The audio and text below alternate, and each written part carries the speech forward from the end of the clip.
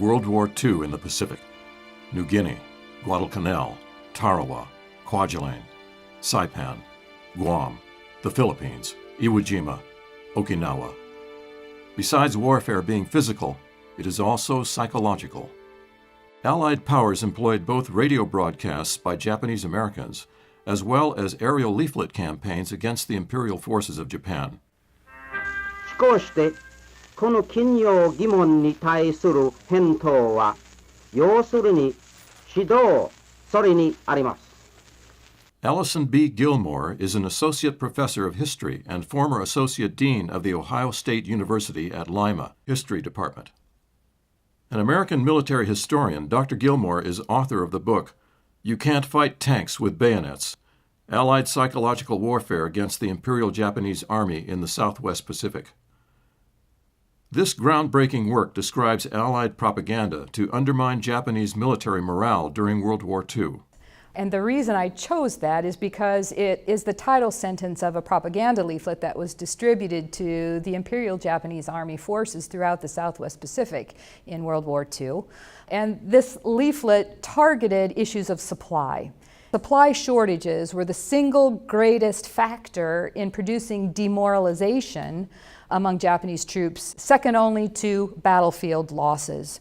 And so it was clear to propagandists that they could exploit the despair induced by supply shortages and material inferiority to encourage demoralization and despair among Japanese troops. 6 months after the Japanese Pearl Harbor attack comes a decisive American naval victory.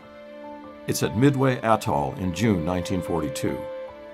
And by August, U.S. Marines make the first island assault, invading Guadalcanal in the Solomon Islands of the South Pacific. The American Navy and Marines cut off Japan's supplies.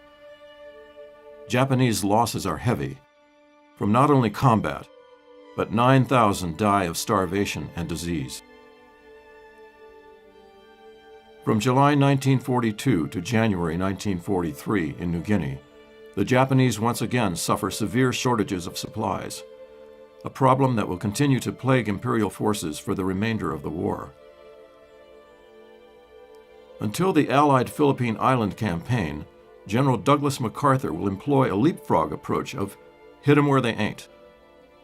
He will bypass points of heavy resistance and seize crucial ports and airfields. In this way, MacArthur will advance his forces in the Southwest Pacific while also constricting the Japanese. Japanese High Command indoctrinates its troops to win or die. Surrender, even if eventually released by the enemy, is punishable by court-martial and even execution. And so, despite overwhelming odds, imperial soldiers fight on. But by December of 1942, Japan's Guadalcanal losses force Emperor Hirohito to permit his troops to withdraw from the island. By February 1943, they have fully evacuated. This Allied victory at Guadalcanal builds on the ones at Midway and New Guinea, using dominating force to support propaganda credibility against the Axis powers in the Pacific.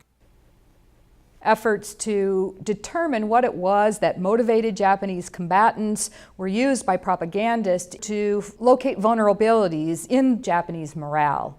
And certainly Japanese troops went into battle, particularly early in the war, with very high levels of morale, tremendous sense of determination. Japanese troops were motivated by a devotion to the emperor. They were clearly convinced of the righteousness of their cause that would benefit the peoples of Asia. They were convinced that they were spiritually superior to their white enemies, and that this Japanese spirit would give them great strength. They had great faith in their leaders. They believed their officers were competent, that their weapons were adequate, and so on. But as time went on and as the war continued, those morale factors began to deteriorate. The principles of the Allied propaganda war really were twofold. One, that the propaganda war had to be truthful. The critical thing was establishing credibility, encouraging the Japanese enemy to build up a belief that what the Allies were telling them was accurate. And of course, as the war went on, the Allies began to make further and further inroads, establishing themselves closer and closer to the Japanese home islands. There was really no point to lie because the truth was significantly devastating. The other guiding principle was a decision not to criticize the emperor for losses in the field, for the decision to go to war, but rather to pinpoint Japanese military leadership, referred often in Allied propaganda as military gangsters, to blame the military leaders of Japan for all that was going wrong with Japan's war effort. To criticize the Japanese emperor would be much like, in a Christian society, attacking Jesus Christ. And to do so then would result in tremendous hatred, animosity, ferocity, which of course is exactly the opposite reaction that you want as a propagandist. So these were the foundational principles then: strategy of truth, decision not to criticize the emperor. And in both cases, these principles were upheld throughout the war and proved to be, I think, brilliant, in fact. In November of 1943, the U.S. Army, Navy, and Marines attacked the Macon and Tarawa atolls in the Gilbert Islands of the Central Pacific.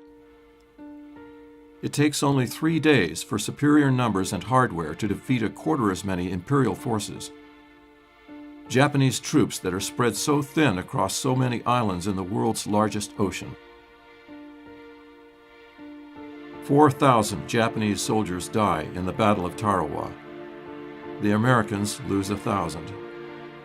Beginning as early as August of 1942, Australians in the Southwest Pacific began distributing news leaflets to Japanese soldiers, particularly in New Guinea. And this continued from that time in 42 all the way through 1943. Much of the propaganda in that period of time was news leaflets. Building on the strategy of truth, the news that they distributed was accurate. And for an army such as the Imperial Japanese Army, which had been denied information, they began to in fact crave this kind of information. In some of the POW interrogation reports, prisoners would say, "We grew to depend on Allied news leaflets because that was the only information we got." February 1944.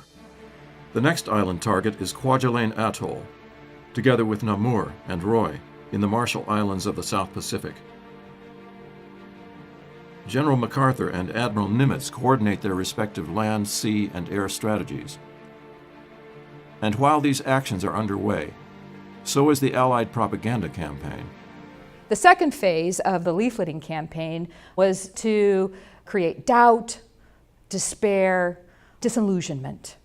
And so these propaganda leaflets were designed to remind Japanese troops that they were losing on the battlefield, and to create despair by pointing out their material inferiorities, by pointing out that the Air Force was not providing the air support that they needed, by pointing out that reinforcements, even though they may have been promised by their officers, hadn't come. The Navy wasn't supporting them. And so the propaganda of despair to reinforce their battlefield losses by drawing attention to all of the deficiencies that the Japanese Army was experiencing.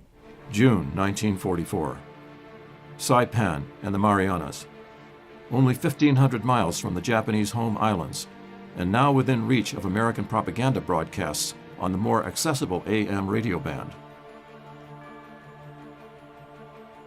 Navy Hellcat planes are superior to the Japanese Zeros, and the air battle over Saipan is called the Turkey Shoot. 300 Japanese aircraft are shot down, compared to 29 for the United States. 26,000 Japanese defenders die. America loses 1,300 Marines. Japan never again launches an island offensive. There's a variety of other themes. Propaganda of enlightenment, for example, was designed to convince Japanese troops that Allied soldiers, unlike Japanese soldiers, upheld international law with regard to the treatment of prisoners of war. To point out to Japanese troops that according to the Geneva Convention, all prisoners of war needed to be treated with respect. Prisoners under interrogation said, "We don't know what this Geneva Convention is." The result is printing hundreds of thousands of Allied leaflets outlining the Geneva Convention and its provisions with regard to how international law protects prisoners of war. And so this was one aspect, this propaganda of enlightenment. Subversive propaganda was designed to subvert the basic tenets of Japanese indoctrination, to essentially argue that despite their courage and their ferocity in battle, that Japanese spirit wasn't adequate to overcome material superiority. And the propaganda designed to create schisms within the military establishment, categorized as divisive propaganda, to again point out that the Army is suffering often and the Air Force and the Navy seem not to be providing the kind of support that they needed. So that you have a situation in which soldiers begin to point fingers at the Air Force and begin to point fingers at the Navy and say, I've been abandoned by my own people. And of course, the other element of divisive propaganda was conflict, tensions between enlisted men and their officers. And again, these themes are developed out of intelligence, which has come through captured documents, interrogated prisoners, and the propagandists are simply exploiting tensions that already exist. One of the things that clearly demoralized Japanese troops in the field was incompetent officers, or officers who would, for example, acquire all the food for themselves while their men were starving. July 1944, Guam. 1,400 miles from Japan's home islands, with 19,000 Japanese defenders vowing to fight to the death. But curiously, 8,000 Japanese die, and the rest escape from Guam or are taken prisoner. The Americans are victorious, with half as many casualties as the Japanese. Propaganda that encouraged doubt and disunity then led to propaganda leaflets which said, you're not going to win this war. And as a result, you're throwing away your lives if you continue to fight. And we obviously encourage you to surrender, so the propagandists would launch these surrender campaigns with leaflets, safe conduct passes essentially saying, come over to our side, we will treat you in accordance with international law, and we will make sure that you have the everyday necessities of life, which are the most important things to all men in combat: food, supplies, medical treatment, and so on. February and March 1945.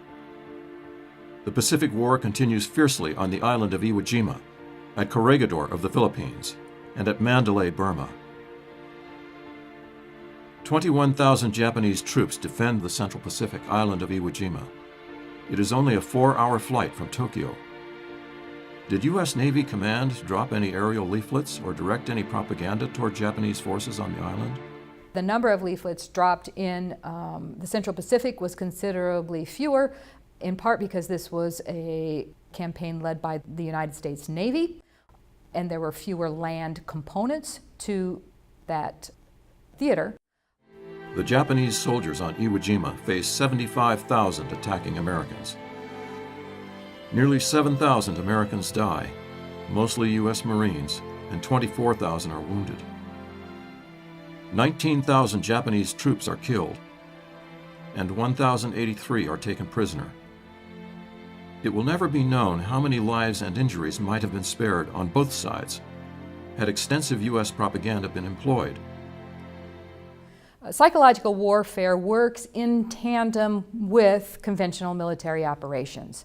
Battlefield losses are always the biggest factor in producing demoralization among combatants. And if the war in the Pacific continued, of course, the fortunes that the Japanese experienced declined, and they became more and more vulnerable to Allied propaganda. And the head of the psychological warfare branch, General Bonner Fellers, always said that psychological warfare can proceed only as fast as winning armies. And that is also why the Allied propaganda offensives really began to heat up in 1944 and 1945, because by that time the Japanese army was experiencing horrifying conditions in the field: starvation, lack of medical care, they were disease-ridden, experiencing experiencing supply shortages of all kinds, of course discovering that the Allied material wealth was having a real impact in terms of air campaigns. And so the propaganda war followed and became a combat multiplier for the conventional military operations.